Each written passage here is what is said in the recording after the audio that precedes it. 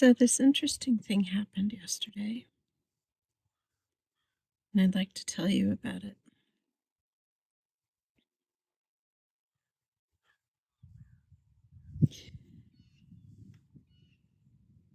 I'm sitting out in the hayfield on a rare morning where I can watch the sunrise.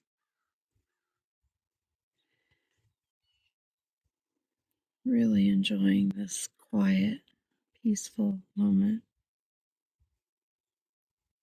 In part, I'm enjoying it with great gratitude.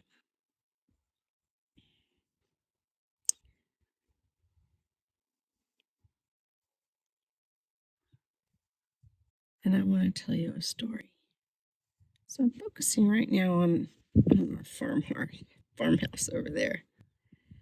A little tiny building next to it plays into this story. That's our chicken coop. But I'm getting ahead of myself. Let me tell you this story.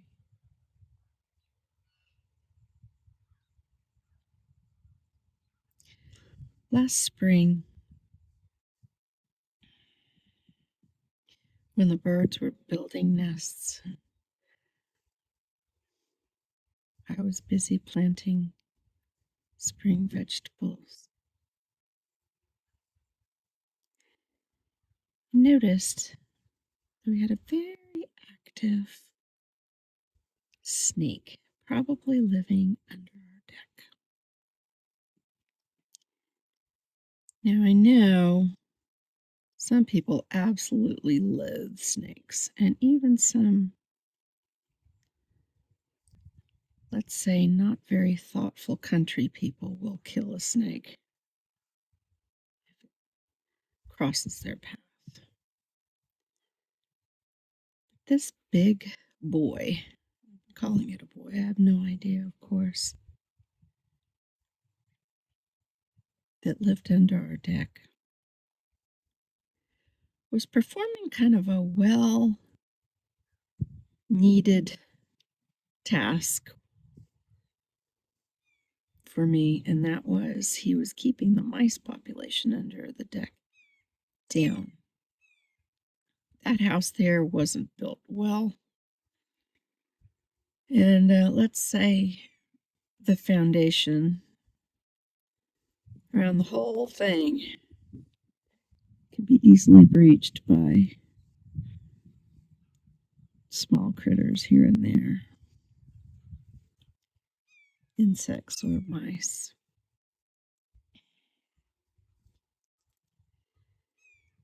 Despite all I can do from the inside, I know I can't take care of the problem from the outside completely. I asked if it was possible. A backhoe to go around that entire house over there to fortify it is cost prohibitive. Laughable, actually. So we deal the best we can. Anyway, so that snake was under the house. And I knew it, of course, because I saw it come out occasionally or was told by others of sightings.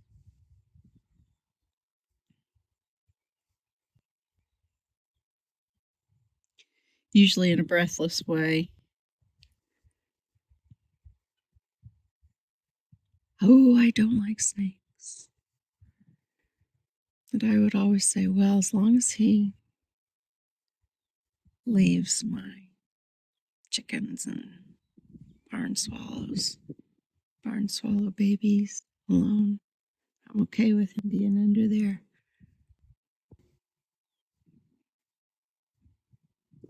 Having mice as his food source.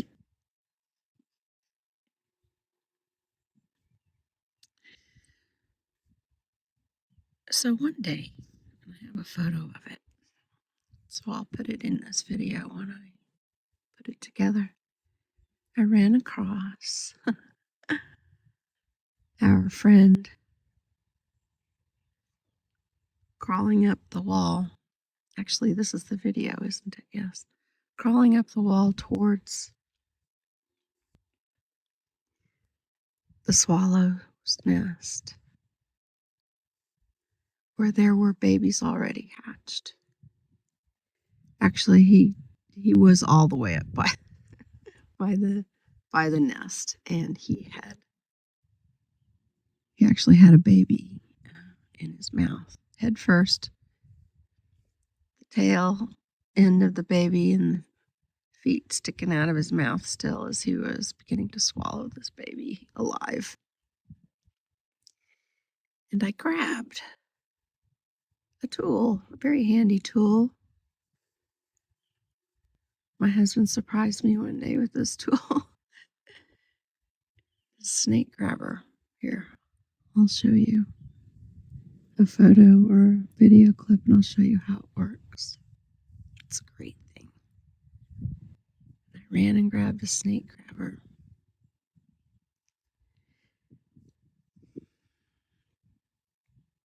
I was barefoot. I was inside and barefoot when I realized what was happening. So that sets the scene. And I ran and grabbed that snake grabber. And I grabbed that snake not far, terribly far behind its head. And I didn't want to hurt the snake. But I sure wanted to stop him from what he was doing. And sure enough, he spit that bird out, that baby bird out, not long after I grabbed it. It was barely just coming off the wall. He spit that baby bird out and it hit the deck. Of course, now at this moment, I have this snake. And the most unfortunate thing about the whole scene at this point is I was barefoot. Because and I was trying to ask for help, but I didn't get far between those two buildings over there, along this long tree line, actually, but not too far away from the building, along that tree line up by the house. I couldn't walk any further to let the snake go because I had bare feet, and there was no walking on the rough ground or the rough grass with my bare feet much farther than that tree line away from the house, and I just let him go there. Interestingly enough, when I got back to the house, my husband had already retrieved the baby, and it was still alive. So he was standing there with this baby, and he said it's still alive, but I think it's unhurt. And he handed me the baby, and I was like, oh my gosh.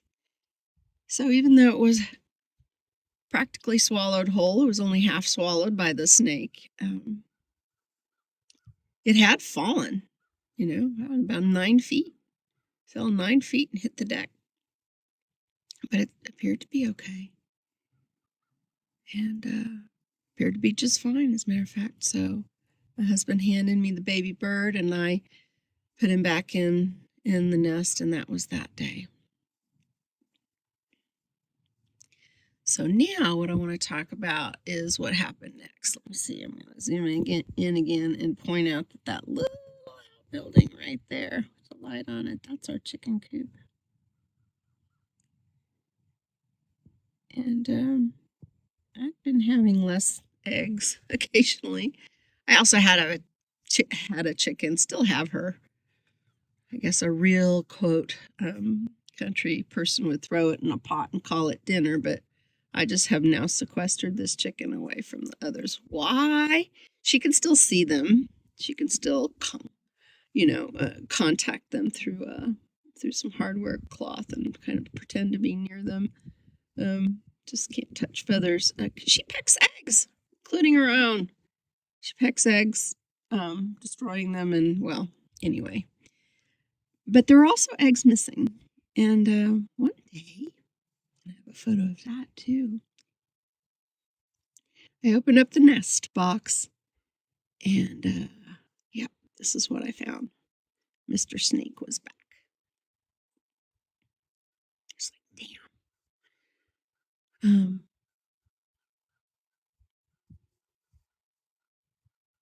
I ran inside. I grabbed my dad's caregiver and I went, hey, is dad settled for a moment? Is he going to be okay? I need you to help me do something. She said, yeah, what's happening now? This particular caregiver was one who didn't like snakes, like the worst, like, ooh, ooh, ah, ah, I can't be anywhere near a snake. I'm like, you're going to do this thing for me. And she said, what? And I said, I just need you to drive the four-wheeler here with me. I got a little errand and I won't be able to drive. I need your hands. So I got the four-wheeler over running. And I said, you just stay there. I'm going to go get something. And I had my snake grabber tool. I warned her, of course, but I actually gave her my phone and I have a little video. And I'm going to share that right here. And I went and opened up that nest box and I grabbed that snake. And I'm guessing it's the same snake. Boy again. And came out the backyard and sat on the edge of the wheeler while Annie drove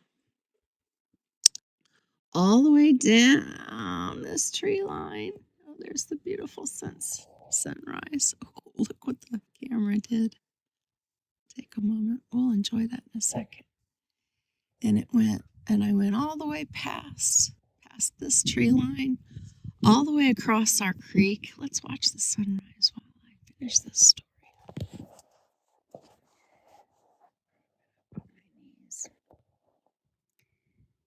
And I take off my glasses and watch the sunrise and get the sunrise in my eyes as I'm telling the end of this beautiful story. So we drove all the way past the creek. There wasn't much water in the creek, but got all the way pretty far from the house before dropping the snake off in the woods. Now, it was a fairly entertaining ride coming to the creek from the farm. Annie was a little perturbed, shall we say, and as well as the snake. I had him not far behind his head, and again, I'm trying not to hurt him.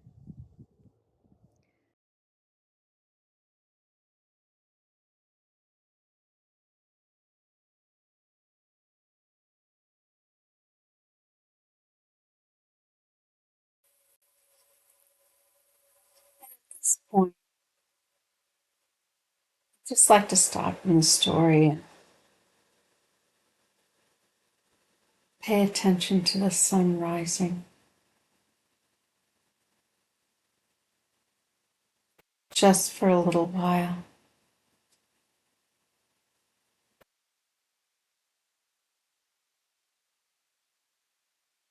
Sun gazing can be an amazing addition of energy to your life, if done safely and with thought. I'll finish my story here shortly.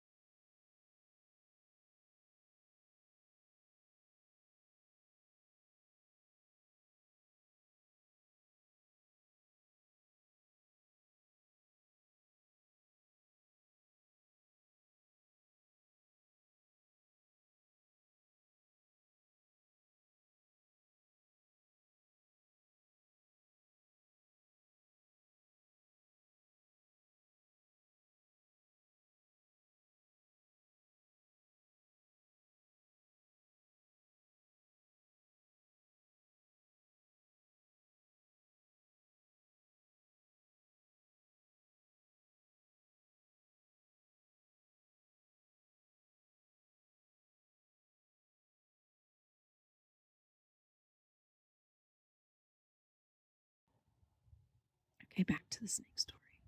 So I opened up the nest boxes and realized that snake ate those eggs. I went into the coop, searched around. Sure enough,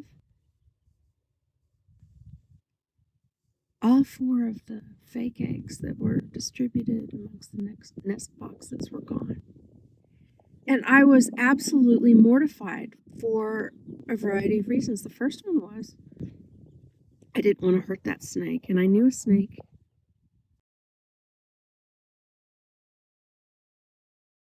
I know a snake can regurgitate an egg, but that snake ate 1, 2, 3, 4. And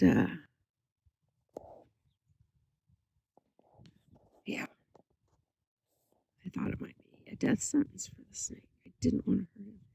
And I had taken him across the creek, and I actually thought, this was the second part where I was feeling remorseful. I thought, if I didn't really realize, I guess I should have. He was possibly extra lumpy, but with the excitement of the scene, I didn't realize that he had swallowed those eggs till later. And I never thought a snake would swallow fake eggs. They smell so keenly. They have such keen senses of smell. But of course, these eggs smelled like chickens, right? Chickens have been laying on them for a very long time, so maybe he was fooled. Later, I heard people actually put golf balls in chicken nests, both to do the fake egg things for the chicken benefit, but also to kill the snakes. And I thought, that's terrible. I never would do that. I would never intentionally harm a snake like that. Maybe not even a rattlesnake. I don't know. Ask me later. Prairie rattler being right up by the barn, I might change my opinion on that near my grandchildren. But these beneficial, beautiful snakes, I would never hurt them.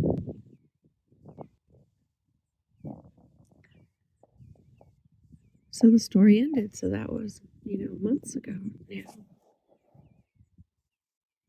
Being in the fall. Well, this thing happened.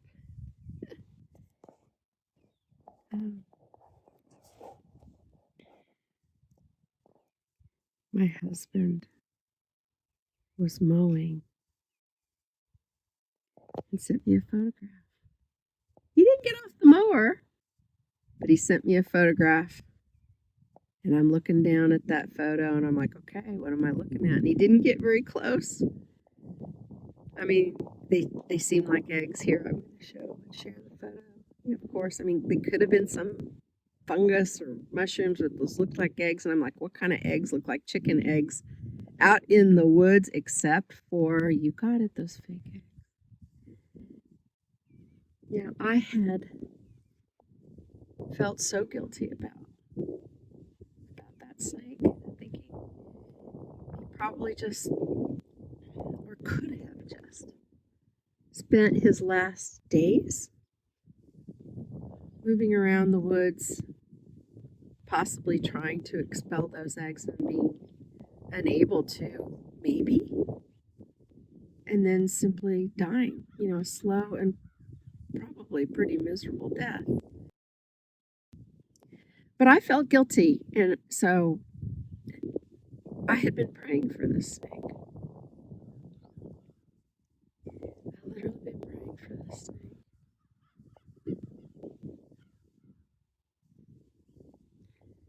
Either that he returned to health by expelling those eggs, or by not suffering too long. So when Tom shared that photo with me, I couldn't wait to go to that exact location and see what I was going to find. And sure enough, it was those fake eggs, and they're still right here. They're still right here for the moment. So I'll show them to you. There they are.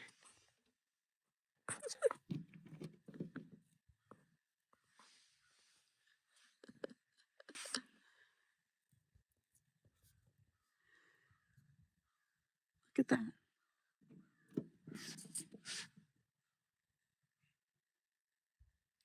Now, of course, I actually thought, well, could the snake have died and then the eggs are just there after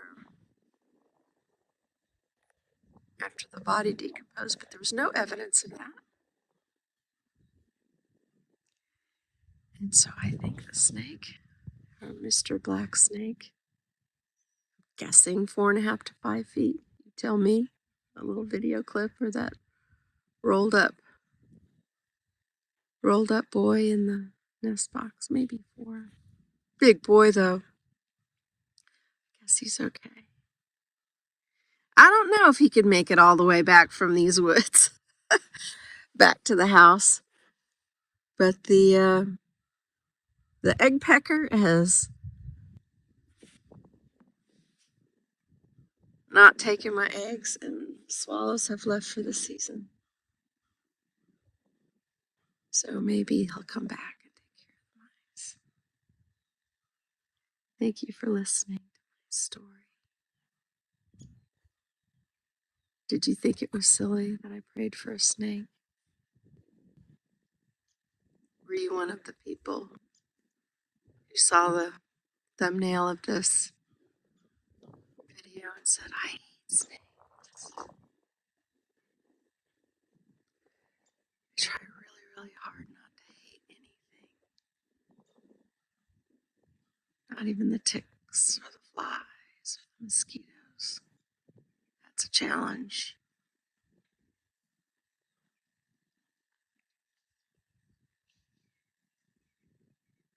I don't hate snakes. What a beautiful morning. One of the things I did was I left all the animals. I said, you know what? Critters, I'm going to go enjoy this day, this morning. A cloud in the sky. Not really. There's a contrail. Yes, I know there are other things that can be in the sky, but these actually are contrails. Boy, that's a whole nother video. But I will tell you that you can kind of tell it's the different kinds of things in the sky, can't you? I'm going to stand up, show you our drought conditions. The good news is we do have a little water in that pond, but not enough. These are more of these hedge trees. They're also called Osage orange. See those big green balls? Deer eat those. Some horses love them.